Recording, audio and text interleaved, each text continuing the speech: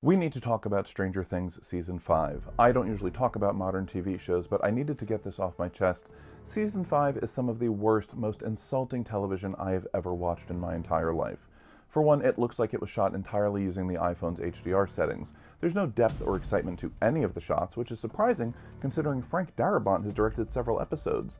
Also, these kids are practically 40 years old, and they're playing teenagers with 5 o'clock shadows. But the most egregious part of the whole thing is just how dumb it sounds, and how dumb it thinks we are. The writers seem to have taken Ted Sarandos's directive to heart. Over-explain everything going on and infodump whenever possible so the audience can keep up while scrolling TikTok. Every character talks like they were cut from one of Joss Whedon's first drafts, and just keep saying words like upside down and demogorgon until the credits roll.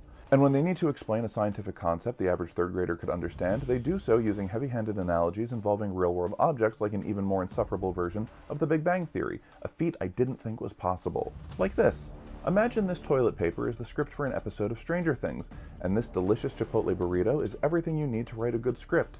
Ted Sarandos told me to dumb down my show because people aren't actually watching it anyway, so I'll eat the burrito, wait a few hours, and then use this script to wipe my ass. I didn't absorb any of the nutrients from the beans or lettuce. I just put excrement on the page and gave it to Netflix for a few $1,000,000. I'm going to finish the series so I get the closure, but I probably won't ever do a rewatch, and I'll most definitely forget about it after I click over to some other corporate IP slop the app wants to throw at me.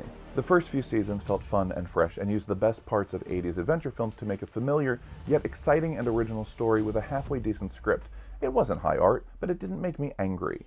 This, however, is a pale imitation of those earlier seasons, and we are worse off for watching it. When is Severance coming back?